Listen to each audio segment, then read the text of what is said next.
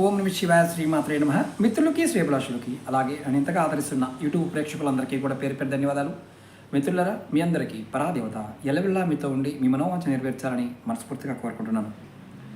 మనం అంతకుముందు వీడియోలో 27 నక్షత్ర జాతకులు ఏ మొక్కలు పెట్టాలి, ఏ మొక్కల్ని పూజించాలో విషయం తెలుసుకున్నాం. ఈరోజు చాలామంది అడిగింది ఏంటంటే, గురువుగారు గ్రహదోషాలు పాయింట్ ఆఫ్ వ్యూలో ఏదైనా ఒక పరిహారం చేస్తే మాకు జీవితంలో ఆ గ్రహదోష ప్రభావం అనేది లేకుండా ఉండే పరిహారం చెప్పండి చాలామంది అడిగారు. ఆ పాయింట్ ఆఫ్ వ్యూలోనే నవగ్రహాలు, వాటి పరిహారాలు, తాంత్రిక పరిహారాలు, మామూలుగా వైదిక పరిహారాలు, జ్యోతిష పరిహారాలు ఇలా రకరకాలుగా ఉంటాయి. ఇప్పుడు మనం ఈరోజు మీకు ఒక అద్భుతమైన, అత్యంత విలువైన ఈ పరిహారం చేయటం వల్ల మీకు ఎటువంటి నవగ్రహ దోషాలు ఉన్నా సరే అవన్నీ కూడా తొలగిపోయి మీకు నవగ్రహ ప్రభావం అనేది లేకుండా ఉండడానికి ఈ పరిహారం అనేది నేను మీకు ఎక్కడి నుంచి చెప్తున్నాను అనేది కూడా చెప్తాను. ఎందుకంటే చాలామందికి అనుమానాలు ఉంటాయి. నేను చెప్పే వీడియోలో 80% లాల్ కితాబ్కి సంబంధించిన పరిహారాలే ఉంటాయి. ఇది ఈ ఉపాయం దత్తాత్రేయ తంత్రం. ఈ ఉపాయం దత్తాత్రేయ తంత్రంలో ఉంది. దీన్ని ఎవరైనా సరే, ఒకవేళ నేను ఈ చెప్పబోయే ఉపాయాన్ని మీరు అంతకుముందు వీడియోలో చూసినా, దీని గురించి మీకు తెలిసి ఉన్నా ఖచ్చితంగా కామెంట్ చేయండి. నెక్స్ట్ వీడియోలో మీకు ఒక్కొక్క గ్రహము, వాటి యొక్క లక్షణాలు, వాటి నుంచి ఎలా బయటపడాలి, దశ విదశ అంతర్దశల్లో ఉండే వాటి నుంచి ప్రభావాలు ఎలా ఉంటాయి, వాటి నుంచి బయటపడడానికి తాంత్రిక పరిహారాలు కూడా వీడియోలో చెప్తాను. ముందుగా ఈ ఉపాయం ఎందుకు చెప్తున్నానంటే, నవగ్రహ దోష నివారణ కోసం ఇది ఒక తాంత్రికమైన ఉపాయం. ఇది ఆడవారైనా మగవారైనా చేయవచ్చు.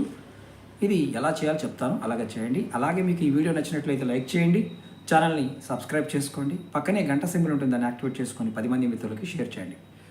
మీరు ఎన్ని లైక్స్ చేస్తే అంత యూట్యూబ్ రికమెండ్ చేస్తుంది. మీరు లైక్ చేయకపోతే యూట్యూబ్ రికమెండ్ చేయదు.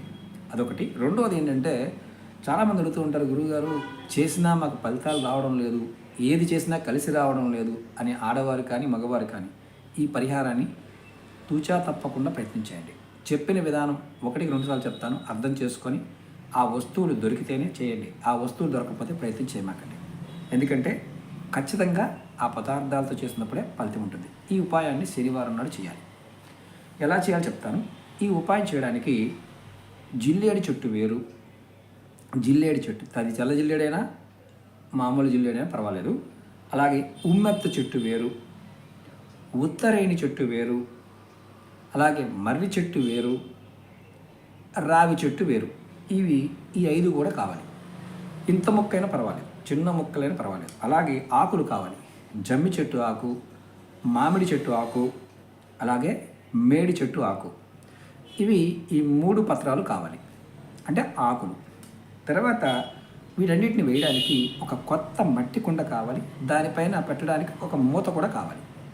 ఇంతదైనా పర్వాలేదు, పెద్దదైనా పర్వాలేదు. అంటే మీకు కావాల్సింది చిన్న చిన్న వేర్లు, ఆకులు కావాలి. అలాగే ఇప్పుడు ఈ అన్ని పదార్థాలని, అంటే జిల్లేడు, ఉమ్మెత్త, ఉత్తరేణి, మర్రి చెట్టు, రావి చెట్టు, ఈ వేర్లని ముందు వేయండి. తర్వాత జమ్మి, మామిడి, మేడి, ఈ ఆకులు దాంట్లో వేయండి, అంటే పట్టి కుండలో వేయండి. తర్వాత ఏం చేయాలి, దానిలో ఆవు పాలు, ఆవు నెయ్యి, ఆవు మజ్జిగ, గోమూత్రం. మరొకసారి చెప్తాను. ఆవు పాలు, ఆవు నెయ్యి, ఆవు మజ్జిగ, గోమూత్రం, ఇవి కూడా ఆ కుండలో పోయాలి. తర్వాత బియ్యము, శనగలు, పెసలు, పొట్టు తీసిన ఆవాలు, అంటే పసుపు కలర్లో ఉండే ఆవాలు, ఇవి వేయాలి. ఆ తర్వాత లాస్ట్లో తేనె వేయాలి, కొద్దిగా తేనె వేయాలి. వేసి ఆ మట్టి కుండ పైన ఒక మట్టి మూత, మనకి ప్లేట్లు దొరుకుతాయి, మట్టి మూత, అది పెట్టాలి. ఇది ఎప్పుడు చేయాలి, శనివారం నాడు సాయంత్రం పూట చేయాలి. అంటే మీరు ఇవన్నీ ముందు రెడీ చేసుకోండి. ఇవన్నీ వేయడానికి కావాల్సిన రెడీ చేసుకొని శనివారం, ఈరోజు ఇప్పుడు శుక్రవారం కదా, శనివారం నాడు చేయాలి. అందులో రేపు 23వ తారీఖు శనివారం. అలాగే మనకి కాలభైరవుడికి సంబంధించిన మంచి పవర్ఫుల్ డే కూడా చెప్పవచ్చు. అంటే మనం రేపు కాలభైరవుడికి పూజ చేసిన, శివుడికి పూజ చేసిన, ఈ పరిహారం చేసిన విశేషమైన ఫలితం కలుగుతుంది. ఇది నేను చెప్పడం కాదు, ఈ తంత్రంలో చాలా క్లియర్గా ఉంది. అదే చెప్తున్నాను. ఇప్పుడు ఏం చేయాలి? శనివారం సాయంత్రం రావి చెట్టు దగ్గరికి వెళ్ళి ఆ మొదట్లో గొయ్యి తీసి, అంటే ఒక అడుగు గొయ్యి తీయాలి. అడుగు గొయ్యి అంటే ఇంత, చూడండి ఇంత, అంటే అంత గొయ్య తీయాలి.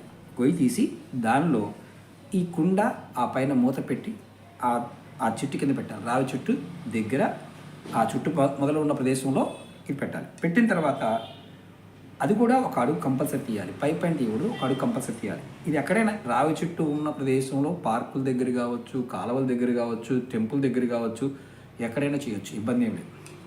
అయితే ఇప్పుడు ఈ రావి చెట్టు దగ్గర ఇది పాతిపెట్టిన తర్వాత మీకు వీలైతే అదే రావి చెట్టు దగ్గర కూర్చొని, లేకపోతే వీలు కాకపోతే శివాలయానికి వెళ్ళి అక్కడ ఆవు నేతితో దీపం వెలిగించాలి. ఆవు నేతితో దీపం వెలిగించాలి. వెలిగించిన తర్వాత ఈ మంత్రాన్ని మీరు 108 సార్లు అనుకోవాలి. ఎలా అంటే ఓం నమో భాస్కరాయ, ఆ తర్వాత మీ పేరు చెప్పుకోండి. సర్వ గ్రహణం పీడనాశనం కురు స్వాహ. మరొకసారి చెప్తాను.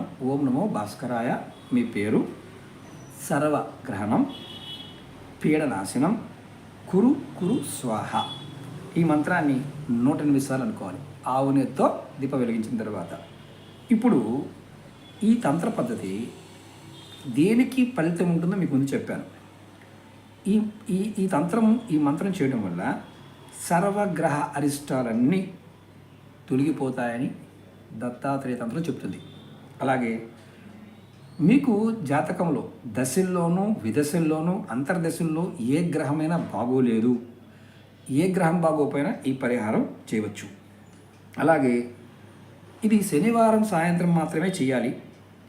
ఎవరైతే ఇంట్లో గ్రహ బాధతో బాధపడుతున్నారో ఆ వ్యక్తి ఇంట్లోనే ఈ క్రియ చేయాలి. అంటే గురువుగారు నేను ఇది బయట చేస్తానండి, మా ఇంట్లో వాళ్ళకి తెలియకుండా చేస్తాను, కుదరదు.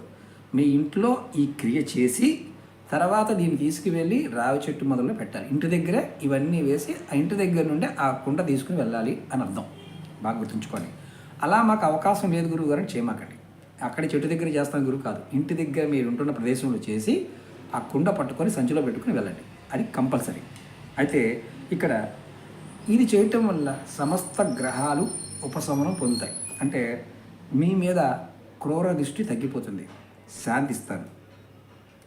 ఇది చేయటం వల్ల ఎవరైతే నాకు మహా దరిద్రం పట్టుకుందని బాధపడుతూ ఉంటాడో అది కూడా తొలగిపోతుంది. ఈ తంత్రక్రియ చేసిన వ్యక్తికి జీవితాంతం గ్రహాలు బాధలు ఉండవు. అంటే ఒక్క షాట్కి 100 పిట్టలు అన్నట్టు ఒకే ఒక్క పరిహారం గ్రహ దోషాలకు సంబంధించి అద్భుతంగా పనిచేస్తుంది అని అర్థం. ఇది మీకు నేను చెప్పడం గల కారణం ఏంటంటే చాలామంది జాతకం చెప్పించుకున్న వారు గురువుగారు మా గ్రహస్థితి బాగోలేదు, పరిహారాలు చేస్తున్నాం కలిసి రావడం లేదనేవారు ఖచ్చితంగా ఈ పరిహారాన్ని ప్రయత్నించండి. మీకు నెక్స్ట్ వీడియోలో నవగ్రహాలు దశల్లోనూ అంతర్దశల్లోనూ అలాగే వాటికి ఉన్న స్థితిగతులు తాంత్రిక పరిహారాలు మొత్తం 1 by 1 చెప్పుకుంటూ వస్తాను. కొంచెం లెంతీ వీడియోలు ఉంటాయి.